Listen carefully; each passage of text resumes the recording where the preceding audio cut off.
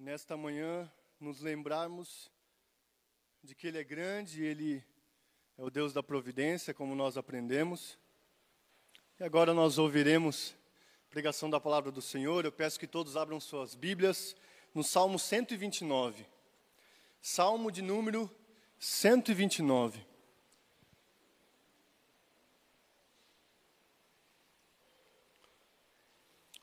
Eu farei a leitura do Salmo e peço que você acompanhe com bastante atenção.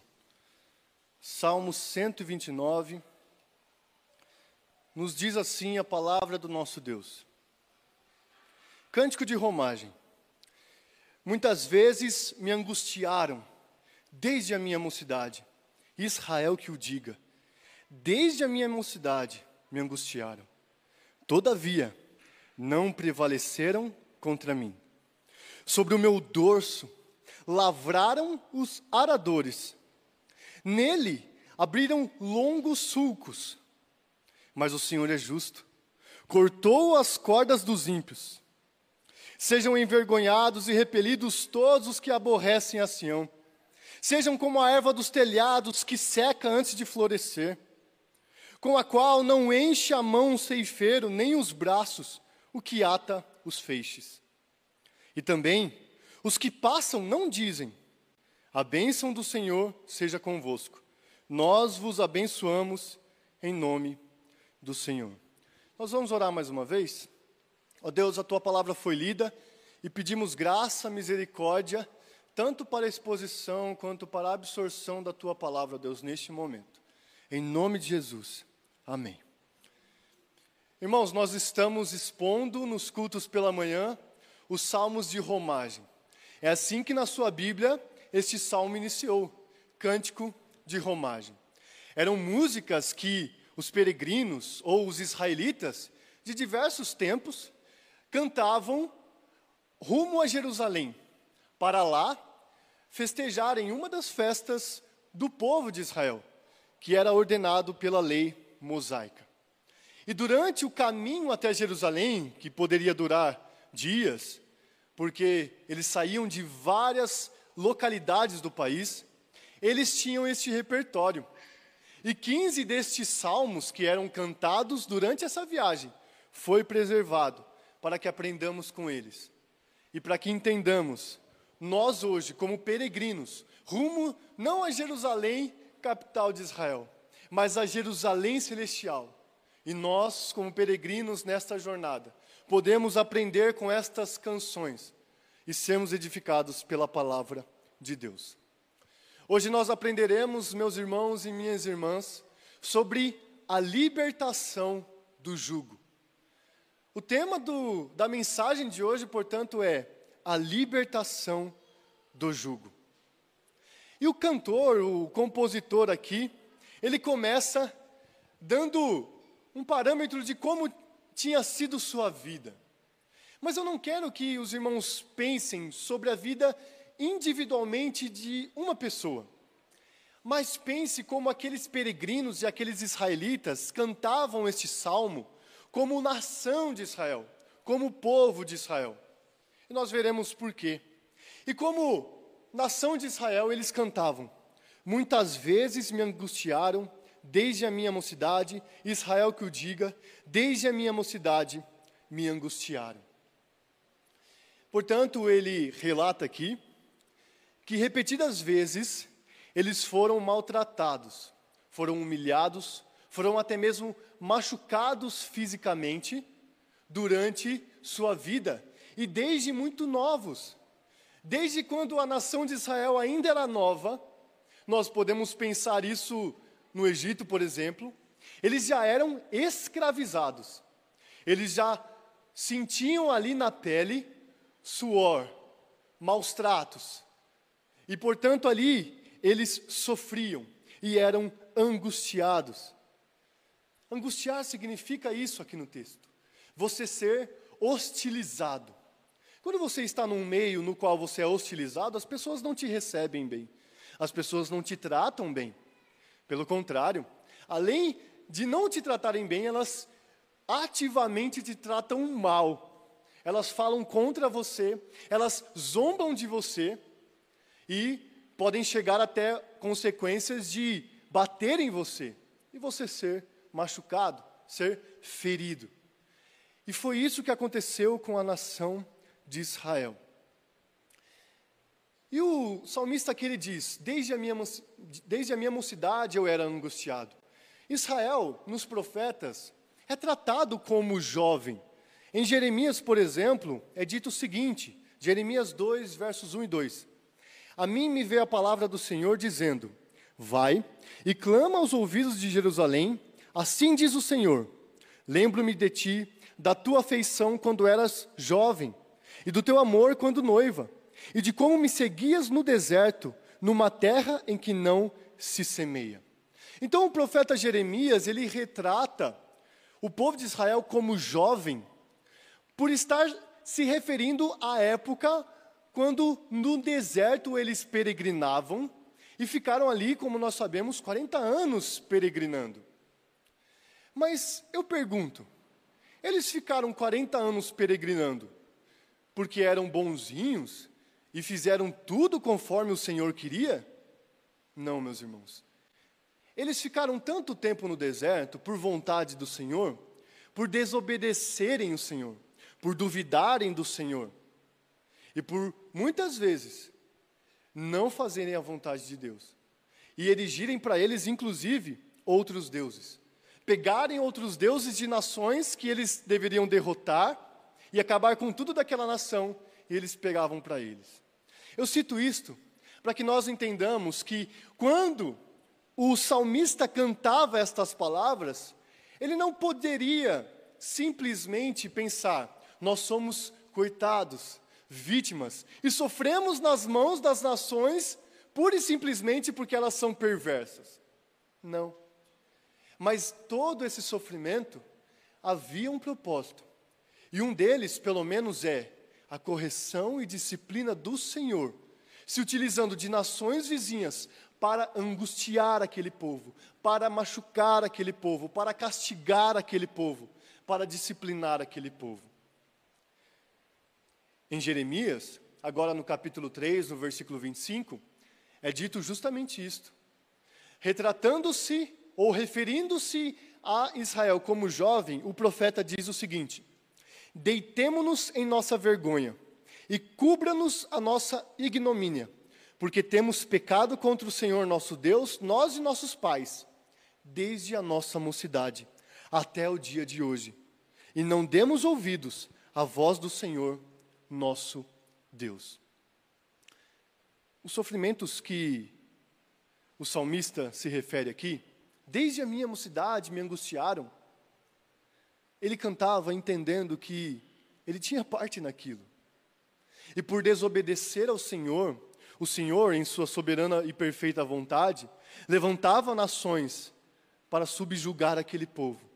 E ali os ensinava, os disciplinava. E lá, nestas nações, eles eram feitos escravos, estavam em cativeiro, mas tudo com um propósito. Mas antes de falar da reviravolta da história de Jerusalém, da história de Israel, que é retratada no Salmo, eu quero chamar a sua atenção para o verso 3, que está em paralelo com o verso 1 e 2, e que diz o seguinte no verso 3: sobre o meu dorso lavraram os aradores, nele abriram longos sulcos. Então, se no verso 1 e no início do verso 2, de maneira geral, o salmista diz: muitas vezes me angustiaram desde a minha mocidade. Lembrando, nós pecamos contra o Senhor desde a nossa mocidade também, não demos ouvidos à sua voz, e Ele se utilizou de pessoas para nos angustiar. Agora, no verso 3, ele dá um pouco mais de detalhes, ou ele expande um pouco mais aquilo que ele já vinha falando no verso 1. Sobre o meu dorso lavraram os aradores, nele abriram longos sulcos. Esta imagem do arado e de lavradores arando a terra era muito comum numa sociedade agrícola como a nação de Israel. Eles se utilizavam de bois, por exemplo, e sobre os bois colocava-se um jugo, que é um objeto de madeira, onde deixa os bois alinhados, para que de maneira alinhada, estes bois são utilizados para ararem a terra. E nesta ferramenta de madeira, nesse objeto de madeira, tem uma corda onde é amarrado justamente o arado. E ele vai abrindo a terra para que nela seja plantada, seja semeado alguma coisa. Vocês já devem ter visto uma terra arada. É aberto caminhos, e é disso que ele está falando aqui. Abriram longos sulcos, ou valas, pequenas valetas, na terra. E ele se utiliza dessa imagem para retratar o sofrimento que o povo de Israel havia tido, né, pelas nações. Aquelas nações haviam machucado, ferido a eles. É como se eles eles fossem a terra e as nações os abrissem. Porque a terra sofre quando o arado chega e a abre, a rasga. É desta forma que o salmista retrata o sofrimento dos israelitas, como se eles fossem a terra sendo arados pelos lavradores, ou lavrados pelos aradores. Só que, ainda que Israel, por merecer punição e castigo, tenha sido angustiado, Deus tenha se utilizado de nações para castigar e disciplinar o povo. É lógico que eles se angustiavam.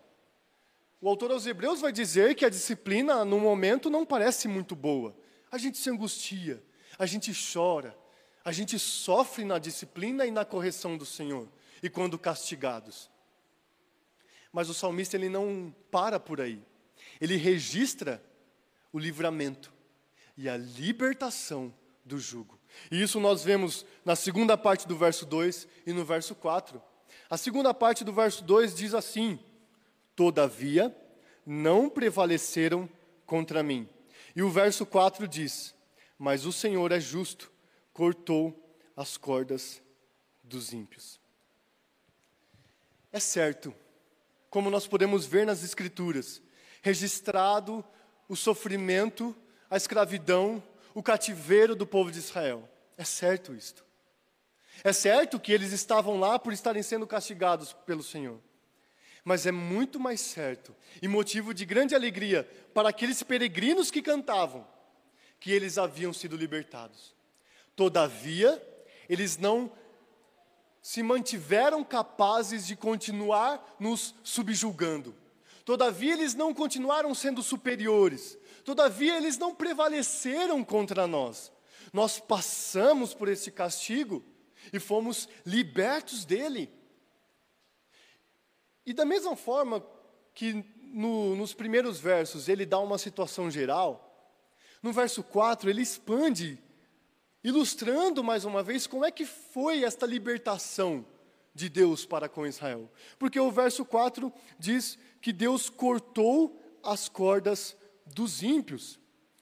A imagem do jugo, aquele objeto de madeira sobre os bois, salta aos nossos olhos, porque ali havia uma corda onde era amarrado o arado, e a imagem aqui é que, se antes, é como se eles abrissem em nós longas valas com arado, agora o Senhor cortou esta corda, e nós não sofremos mais na mão destes ímpios e desses perversos. Nós fomos libertados, nós fomos libertos pelo Senhor. Ele cortou a corda dos ímpios, ele fez em pedaços as cordas dos ímpios. Essa imagem volta-nos à mente justamente a metáfora sobre o jugo e como Deus quebra o jugo das nações inimigas em relação à sua nação, ao seu povo. Deus, mediante os profetas, ele dizia muitas vezes: eu quebrarei o jugo das nações, eu quebrarei o jugo que há sobre vocês, aquilo que eles estão fazendo vocês sofrerem, eu vou quebrar isto. Então, dos versos 1 a 4, nós vemos claramente que há uma libertação sendo registrada aqui. É certo que ele registra também o sofrimento que eles haviam tido, porque desde a mocidade, tanto eles pecavam e por isso mereciam castigo, e eles foram castigados, mas não foram por por longo tempo, pois brevemente o Senhor os castigou e os livrou. E sendo assim, eles não prevaleceram contra Israel, porque Deus cortou as cordas dos ímpios. Mas a partir do verso 5, há uma oração que, se nós a lermos atenciosamente, nós veremos que há uma oração onde o salmista não pede para que Deus abençoe essas pessoas. O salmista não registra dizendo, olha, eu quero o bem deles. Não é isso que o salmista registra. Muito pelo contrário. Nós vemos aqui o que nós chamamos de uma oração imprecatória. Imprecar significa maldizer ou amaldiçoar. Aí você pode pensar, como que nas Escrituras há versos dedicados para que pessoas do Senhor maldigam ou amaldiçoem os seus inimigos? Bom, se você ler os Salmos, você se deparará com muitas destas passagens. Há salmos que quase por completo são salmos imprecatórios. Salmos que o salmista pede a Deus para que não abençoe, e mais, para que amaldiçoe os inimigos. E até mesmo que seja 1 ou 2 versículos, quase todos os salmos têm 1 ou 2 versículos imprecatórios, onde o salmista justamente registra esse tipo de oração que nós vemos aqui. E eu quero ler novamente os versos 5 a 8 com você, que diz o seguinte: Sejam envergonhados e repelidos todos os que aborrecem a Sião. Sejam como ervas dos telhados que seca antes de florescer, com a qual não enche a mão do ceifeiro, nem os braços, o que ata os feixes. E também os que passam não dizem, a bênção do Senhor seja convosco. Nós vos abençoamos em nome do Senhor. Basicamente, o que nós vemos nestes versos é o salmista pedindo 3 coisas ao Senhor em relação aos seus inimigos. Primeiro, que esses inimigos sejam envergonhados. Segundo, que esses inimigos sejam expulsos da presença deles. E terceiro, que esses inimigos sejam breviados, ou seja, que eles não existam por muito tempo. E por último, em quarto lugar, ele pede que esses inimigos não sejam abençoados. Então, que sejam envergonhados, que sejam expulsos, que sejam breviados e que sejam amaldiçoados, porque eles não serão abençoados. Mas, que estranho você pode pensar ou analisar disto. Jesus não nos manda amar os nossos inimigos. Jesus não diz que nós devemos orar por aqueles que nos perseguem. Salmos imprecatórios, meus irmãos, não devem nos assustar. Eles estão presentes na Bíblia. Orações imprecatórias existem. Moisés orou amaldiçoando o faraó. Samuel amaldiçoou a Saul. Elias e Miqueias amaldiçoaram o rei Acabe. Amós amaldiçoou Israel. E esses são exemplos do Antigo Testamento. Aí você pensa, mas no Antigo Testamento era assim mesmo. Todo mundo saía amaldiçoando as pessoas lá. Mas no Novo Testamento nós vemos o próprio Jesus Cristo levantando advertências contra os fariseus. Aquela sequência de ais que nós vemos, ai de você por causa disso, ai de você por causa daquilo. E ele, ao levantar essas advertências, ele fala sobre o juízo que viria sobre esses fariseus, por tudo aquilo que eles faziam contra as pessoas, colocando sobre as pessoas jugo, legalismo. Nós vemos também o apóstolo Paulo, nas 2 cartas a Timóteo, amaldiçoando Himeneu e Alexandre, entregando-os a Satanás, porque eles o perseguiam. Eles não deixavam Paulo pregar o evangelho em paz. E por último, nós vemos até mesmo os anciãos, os santos, puros, que já estão ao lado do Senhor, registrado em Apocalipse 6, orando para que Deus se vingue daqueles que derramam sangue do seu povo e de seus filhos. Salmos imprecatórios, orações imprecatórias, como está no salmo que nós lemos, estão por toda a Bíblia. Mas aqui, umas breves considerações sobre orações imprecatórias, meus irmãos. antes de nós concluirmos. Mas se você quiser mais detalhes, pesquise no Google, oração imprecatória, monergismo, que você será levado a um artigo para você começar a aprender, ou a pesquisar, ou a saber mais sobre isso. E algumas considerações é que, primeiro, em uma oração imprecatória, nós não pedimos simplesmente pela derrota dos inimigos de Deus, mas também deve constar o nosso desejo de que eles sejam salvos. Através daquilo que nós temos no Novo Testamento, de orarmos pelos nossos inimigos, de orarmos pelos que nos perseguem, em nossas orações deve constar, sim, o pedido de que esses inimigos sejam salvos. Mas sabendo que nem todos eles serão. Há ímpios, há perversos, que continuarão deliberadamente na prática do pecado, e, portanto, irão para o inferno, e sofrerão a punição do Senhor. O ponto aqui não é o que eu acho, o que eu deixo de achar, mas é a glória de Deus e o bem da igreja. Eu exemplifico e ilustro isso, por exemplo, no contexto da Coreia do Norte. Cristãos lá, penso eu, podem pedir ao Senhor, ó Deus, abrevie o tempo desse imperador que está sobre nós, porque ele nos persegue, ele mata os nossos irmãos, ele assassina-os com frieza. Abrevie o tempo do governo dele para que nós tenhamos paz e possamos louvar o teu nome aqui nesta região. É uma oração imprecatória. Mas também nós não deveríamos fazer orações deste tipo simplesmente por pessoas que sábado, 8 horas da manhã, ligam o rádio muito alto e começa a encher a nossa paciência. Não é isso que significa orar imprecatoriamente. Não é esse tipo de oração que o salmista está dizendo aqui. Por causa de alguém na minha escola, no meu trabalho, ou na minha família, que simplesmente zoa ou zomba de mim, você deve ser amaldiçoado. Não, nós não oraremos desta forma. A oração imprecatória não serve para isso. Outra coisa que nós devemos saber é que nem todas as coisas serão resolvidas nesta vida. Nós acabamos de aprender sobre o problema do mal e como nós devemos confiar no Senhor, porque no último dia Ele vai resolver todas as coisas. Então, se nós tivermos a consciência de que nem todas as coisas serão resolvidas nesta vida, nós, ainda que oremos ao Senhor, pedindo para que Ele abrevie o tempo dos nossos perseguidores, pedindo para que Ele afaste de nós aqueles que nos maltratam, nos ferem, nós devemos ter a consciência de que Deus sabe o que é melhor. Mas, meus irmãos, sobretudo,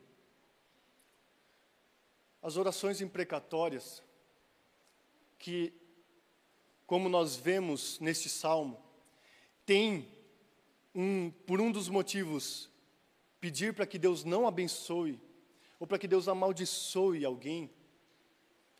Essas orações imprecatórias, em relação aos eleitos de Deus, recaíram sobre o próprio Cristo. O próprio Cristo, como diz as Escrituras, se fez maldição por nós. O próprio Cristo foi envergonhado. O próprio Cristo sofreu pessoas que passavam por Ele e não diziam, seja abençoado em nome do Senhor. O próprio Cristo, meus irmãos, em nosso lugar, sofreu estas maldições, que estava destinada a todo rebelde, a todo aquele que persegue o povo de Deus, a todo aquele que era filho da ira. Mas sobre ele caiu a maldição, em relação aos eleitos de Deus. E se você pode ser abençoado por Senhor, em vez de amaldiçoado por Ele, é porque Cristo se fez maldição em seu lugar. É porque Cristo morreu a nossa morte. E o salmista, como ele dizia, eles passavam um arado sobre mim, eles me subjugavam, mas eles não prevaleceram contra mim, porque Deus me libertou. Se o povo de Israel podia, naquela época, presenciar livramento político, nós, antes éramos subjugados pela nossa natureza pecaminosa. E a nossa natureza pecaminosa abria valetas dolorosas em nós. E como filhos da ira, o nosso destino era ser amaldiçoado. Mas Jesus Cristo, Ele quebrou este jugo. O profeta Isaías, no capítulo 9, diz o seguinte, no versículo 4. Porque tu quebraste o jugo que pesava sobre eles. A vara que lhes feria os ombros e o cetro do seu opressor, como no dia dos midianitas. Jesus quebrou o meu e o teu jugo.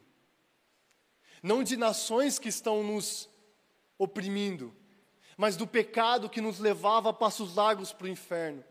Da natureza pecaminosa que fazia com que nós ficássemos cegos e afrontássemos a santidade de Deus repetidas vezes. E que nós estávamos no lugar daqueles que angustiavam pessoas, que angustiavam o povo de Deus. Mas Deus quebrou este jugo através de Cristo Jesus. Este salmo nos ensina que se outrora nós sofríamos pelo jugo do pecado, hoje nós estamos debaixo do jugo de Cristo Jesus, que é leve. E mediante este jugo nós podemos agradecer ao Senhor pela salvação que temos pelos méritos de Cristo. E vivermos para a glória dEle. E o louvarmos e o agradecermos pela libertação do jugo. Assim como aqueles israelitas cantavam, eles não prevaleceram contra mim. Nós cantamos, o pecado já não prevalece contra mim. Assim como eles cantavam, Deus cortou a corda dos ímpios. Nós cantamos, Deus cortou as amarras, as algemas que me prendiam no pecado. E hoje eu posso cantar sobre libertação. E hoje eu posso cantar livres em Ti, para sempre justos em Ti. Porque quando eu percebo que na cruz maldita, por Teu amor, Jesus morreu por mim e me livrou do jugo do pecado, vertendo o sangue carmesim, eu posso cantar. Grandioso é o Senhor. Que a sua vida seja uma constante adoração àquele que te libertou